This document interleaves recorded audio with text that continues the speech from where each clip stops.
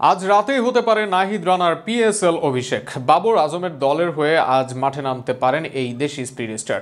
PSL খেলার জন্য গতকাল দেশ ছেড়েছেন নাহিদ। আজ বাবর আজমের দল মাঠে নামবে কোয়েটার বিপক্ষে। আরও শুনুন প্রতিবেদনা।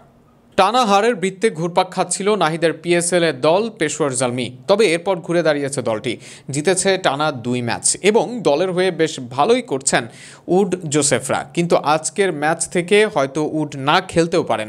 সেক্ষেত্রে নাহিদ রানা ও জোসেফকে নিয়েই একাদশ সাজাতে পারে দলটি।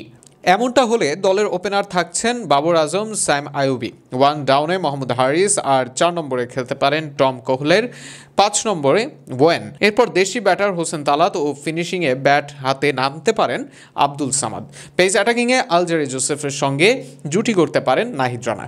তবে যদি এই ম্যাচে উড থাকেন স্কোয়াডে, তাহলে বিশ্রামও দেওয়া হতে পারে নাহিদকে, কিংবা ওয়েনের জায়গায় খেলানো হতে পারে এই বাংলাদেশ এক্সপ্রেসকে।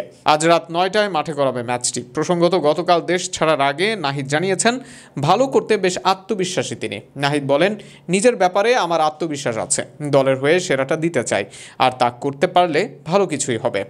উল্লেখ্য, নাহিদ পিএসএলে যোগ দেওয়ার আগেই 5 ম্যাচ খেলে ফেলেছেন পেশোয়ার। 3 হার ও 2 জয়ে 4 পয়েন্ট নিয়ে টেবিলের 4 নম্বরে অবস্থান করছে নাহিদ রানার দল। পিএসএল 2025-এর ড্রাফটে অংশ নিয়েছিলেন মোট 39 বাংলাদেশি ক্রিকেটার। দল পেয়েছেন মাত্র 3 জন, নাহিদ রানা, লিটন দাস ও রিশাদ হোসেন।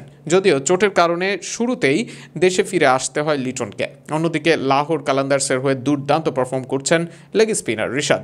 নাহিদকে গোল্ড ক্যাটাগরি থেকে দলে নিয়েছে বাবর আজমের নেতৃত্বাধীন পেশোয়ার জালমি। জিম্বাবুয়ের বিপক্ষে সিলেট টেস্ট থাকায় শুরুতে বাংলাদেশ ক্রিকেট বোর্ড নাহিদকে এনওসি দেয়নি। তবে সে বাধা কেটেছে। এখন শুধু মাঠে ঝড় তোলার অপেক্ষা এই দেশি স্পিড স্টারের।